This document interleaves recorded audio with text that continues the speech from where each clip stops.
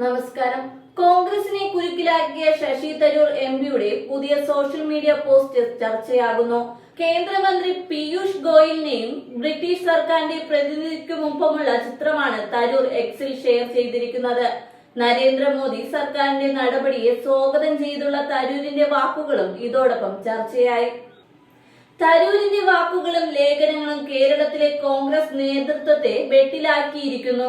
ഇതുമായി ബന്ധപ്പെട്ട ചോദ്യങ്ങളിൽ അദ്ദേഹം നടത്തിയ പ്രതികരണം കൂടുതൽ വിവാദമാകുകയും ചെയ്തു.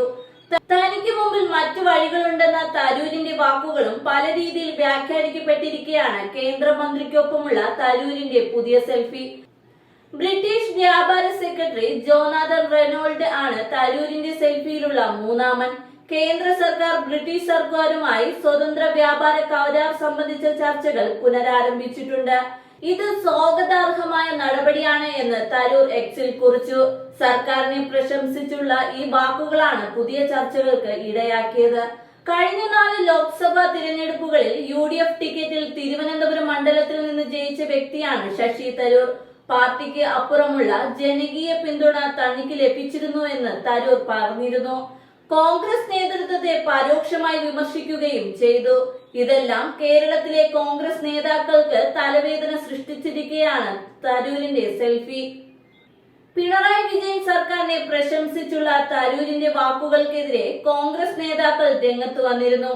കേരളത്തിലെ സംരംഭകത്വ വളർച്ചയിലാണ് തരൂർ ഇടതു സർക്കാരിനെ പ്രശംസിച്ചത്. ഇതിനെതിരെ കോൺഗ്രസ് മുഖപത്രമായ വീക്ഷണം രംഗത്ത് വരികയും കോൺഗ്രസിനെ ദുർബലമാക്കുന്ന നടപടിയാണ് തരൂരിന്റേത് എന്ന് വിമർശിക്കുകയും ചെയ്തിരുന്നു.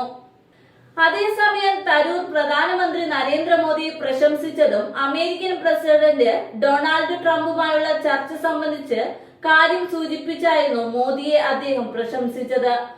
മോദി വളരെ കർക്കശക്കാരനായ ചർച്ച നടത്തുന്ന വ്യക്തിയാണ് എന്ന ട്രംപിന്റെ വാക്കുകളായിരുന്നു തരൂരിന്റെ പ്രശംസയ്ക്ക് കാരണം.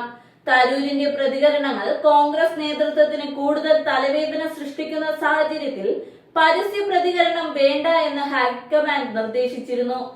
വിഷയം ദേശീയ നേതൃത്വം ചർച്ച ചെയ്യാനും തീരുമാനിച്ചിട്ടുണ്ട്. കോൺഗ്രസും തരൂരും 2 വഴിയിലാണ് യാത്ര ചെയ്യുന്നത് എന്ന പ്രചാരണത്തിന് അദ്ദേഹത്തിന്റെ വാക്കുകൾ ഇടയാക്കിയിട്ടുണ്ട്.